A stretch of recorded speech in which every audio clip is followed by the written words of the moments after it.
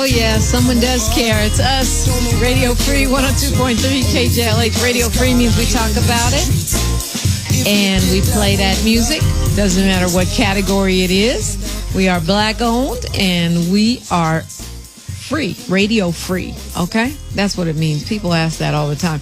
And we're talking with Thabiti Umoja. He is an herbalist, an iridologist, a health and wellness specialist, and in the holistic space. Thabiti Umoja, so for all the years you and Dr. Rab have tried to make me vegan, well, it was a pandemic that did it. Not a permanent vegan. I call myself a vegan omnivore, meaning I might eat anything at any moment. But, you know, part of the changing of what you're saying about, you know, being indoors more and form fits function, I felt like, well, I probably don't need all that meat right now to keep my butt sitting around the house. So I'm on some serious vegetables right now, Mr. Umoja. That's a good move, real good move. So, you don't need the hormones either. Well, yeah, I think, you know, let me stop. I was thinking, you know, crack and vegetables would be good. I'm just kidding. We have someone calling from Inglewood who wants to know what you think of like the portable air purifiers. A lot of people taking measures to try to improve the quality of what they're breathing in, not just what they're taking into their bodies. They can be very beneficial. You know, there's a lot of microscopic elements that are in the air, they're airborne, that we may not even see that, you know, that a good one would be able to filter. So, you know, I would say that it'll be very beneficial. But not only that, make sure you have some good plants around you, drinking enough water, you know, but yeah, the purifier will be good. Why do you say plants? Yeah. Well, because they actually help provide the oxygen you need as well. And yeah, so.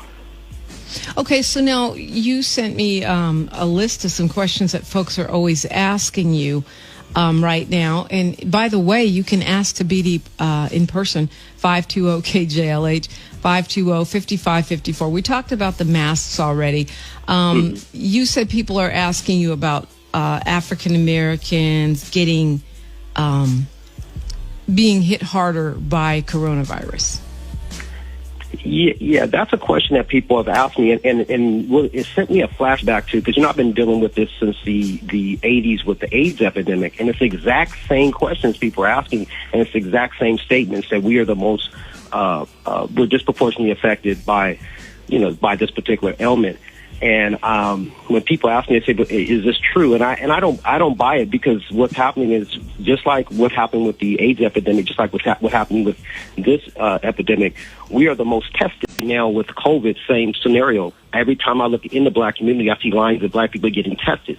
And so what I'm saying is that I'm not saying anti-test. I don't know that the data bear that out, that we're the most tested. Initially, we weren't getting tested at all. I think now they probably have pumped it up. I haven't seen the numbers on it lately. But at first, actually, the testing was less common in our communities. I don't know where we are with it now, though. Yeah, it's pumped up. I mean, I'm all over the place, and I see, you know, there's. I mean, I know what you're talking about. They have it at King Drew and such and so. But I'm just saying that initially we were getting less tested. So, and I don't know that being tested more. I know you're not saying what Donald Trump has said, which is that the reason we have more cases is because we're tested more. You're saying that we know about more of our cases because we're being tested more, right? Well, it seems if your chances of getting a positive test will obviously enhance if you've got more people if you've been being tested. And so that's what I'm saying is but that, not that saying that testing causes that. You're not saying tested causes COVID. I'm not saying testing causes it, but here's one thing too, that we just got released in June and July showed that the initial test they were not set specifically for COVID. They were for any type of flu. So a lot of those original cases that really blew up this pandemic, they're questionable. You know, and there's like at least 3 different articles on that. They called it they were contaminated. But when you read into the case, it points out that a lot of these tests were actually set up not for COVID-19. So you got people that they were set up for any type of flu. And so some of these people just had the flu, but those numbers are not going to be rescinded. And so those are things we have to, I mean, I know they're harsh realities, but some of those things we have to address. But are they realities? I mean, it's not that hard for me to imagine that our community would be hit harder, because a lot of us don't, we don't have the opportunity or the knowledge to really take care of ourselves. I mean, a lot of people are eating lower quality food because they don't have the money to eat all organic and, super healthy food, or they don't have the time because they're working 2 and 3 jobs, and folks are subsisting on fast food. The levels of stress in our community are higher. We know that we do have higher levels of poverty. Why wouldn't we be hit harder? I mean, we have worse health care access because of, systemic racism in our country. I mean, why wouldn't that impact our health? Well, Dominique, I would agree that we have high incidence because of what you're just mentioning of the way we treat our bodies. We may have high incidence of high blood pressure, diabetes, etc. But when it comes to flus and colds and immune system issues, that's what I've been dealing with for over 30 years. And I don't see black people as being sickly people on that level, as far as always coughing and sickly in that nature. But in reference to things like high blood pressure and diabetes and even kidney heart disease and things of that nature, yeah, I've seen those type of cases based on our diet. But when it comes to this flu thing, you can't put that on us and say this is something that we're more susceptible to, because we've been eating bad for a long time. And I'm saying I know the client. I'm serious. I don't see us.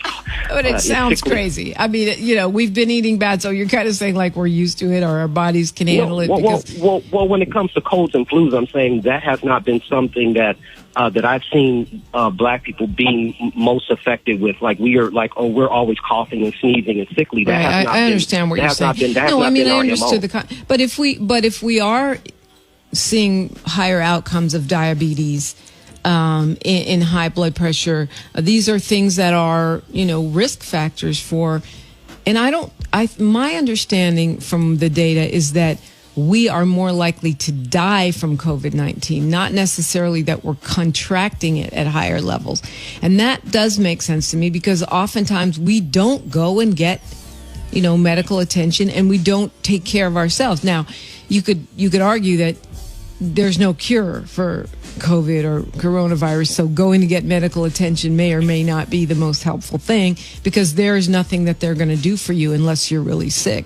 But the fact that we might have all these other things going on that are not being treated or cared for, and then we get sick, I don't know. I guess really the question underneath this is, because I have no dog in the fight in terms of, like, I don't get rich if people are sick or not sick, and I don't want my people to be sick. I want us to be well. So I'm not arguing that to be funny. The reason is because I feel like by saying that we're not getting it, maybe we're saying we don't have to be careful. And I just want us to be careful. I want us to take care of ourselves. I want us to do everything in our power to be as strong as possible. Yeah, and I agree with you, Dominic. We have to protect ourselves, and we should always be alert in a time where you have something like a weapon like this. You have to really be alert. But my point is that when you're talking about deaths and also cases, we know I have the directives that go to doctors, and they do not have to have a positive COVID-19 test to diagnose you with COVID-19. It's based on their experience, based on I understand, and I've seen a bunch of things going around the internet, and I guess what I'm asking you was, what is the benefit to our community of saying that this isn't a thing, and saying don't wear a mask, and saying because people want to minimize anyway. People don't want to go to the doctor in our community. You know that. I don't want to. And so are we telling people, telling people not to protect themselves and not to take care of themselves? No, not at all. And it's the same thing when people there's no way I'm going to say do not be careful. And especially what we're about to go into the cold season. I'm more worried about the flu than I am worried about COVID, because I know the amount of people that the flu kills. And I'm saying that I think some of the data is we'll find out next year or the following year when we start looking and seeing if the flu cases have went down and COVID And we'll see that. We'll see that data when it how the comes numbers out. bear out. Yeah, of course. Yeah. Of course we will. So, I guess I'm just talking about purpose, because I know there's a lot of conversation, and you called it a weapon. So, clearly you think that this is, or it seems like you think it's man-made, and a lot of people think that, and they have a lot of ideas about, what that means. People call it a pandemic. When we look at the genome, we still got to live and take care of ourselves. Yeah, I'm sorry. Yeah, and that's why I'm not talking about just a problem, but I always talk about solutions and things we can do to keep our bodies strong. But I have to, keep it real. And I do feel, and not just feel, but I have the documents that kind of show that is swaying more towards something that is man-made. I mean, you look at the genome sequence, it's a horseshoe bat, and the medium animal they don't even know. Well, we know SARS-1 was a horseshoe bat and a cat, a civet cat. And so that's something they don't naturally hang out together. And SARS-1 is a coronavirus, just to be clear. Yeah. Coronavirus 1, and I mean SARS-1. This is SARS-2, which the reason why they call it SARS-2 because of the fact that it shares the horseshoe bat as one of the elements that's in it when you had the genome sequence. And we have to look at genome sequence whenever they're talking about. And I see black people. We need to start talking more on the science. This is why I think a lot of times we're confused and we're going through this hysteria because we don't understand the science behind what's going on. And I think we need to talk more on that, and we need to be involved in those conversations. Some conversations that I hear doctors are having, and the public's not even talking about it. It's like, that's too advanced for them to understand, or that kind of situation. But we have to actually start looking at the science behind what's going on with us. Maybe when you come back, you need to do like a Science 101. We can do what you do with your students at Marcus Garvey. Matter of fact, I did one, and it's on YouTube. I did one on that. I have a problem coming back and doing that, but I did one on COVID. 4th, 5th, or 6th grade teacher can actually use it, and I'm going to even put some questions out there that you can even give your students to answer. So that we can be educated, especially now. So our students have been out of school, and I got back with my students yesterday, and we have so much catching up to do by being off for so long, and so we can't not allow only our students but our people to get dumbed down in this situation. Yeah, absolutely agree with that.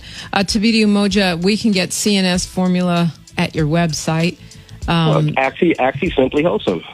Oh, that's right. It's back at Simply Wholesome. Yay! Yeah, Simply Wholesome. Yes, and stuff I eat. I think they just have the Formula 1 at the moment. But yes, Simply Wholesome back there, my old camping ground, and they're my family as well as Marcus Garvey. So, and One Love Herbs with the number one. One Love Herbs. OneLoveHerbs.com. Yes, most definitely. Yeah, well, please don't have a CNS shortage, because every time I have several people that I've turned on to it, and every time they come by, they take mine. So then I have to order more. So please keep it coming. And thank you for all that you do to keep the community well and keep us smarter. All right. Thank you, Stevie Wonder, and the KJLH family for the invite. I appreciate it.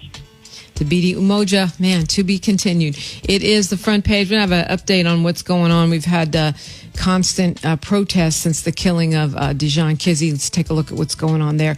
And again, taking your phone calls, 520-KJLH. We are broadcasting live from the 1-800-THE-LAW 2 studio, Radio Free, 102.3 KJLH.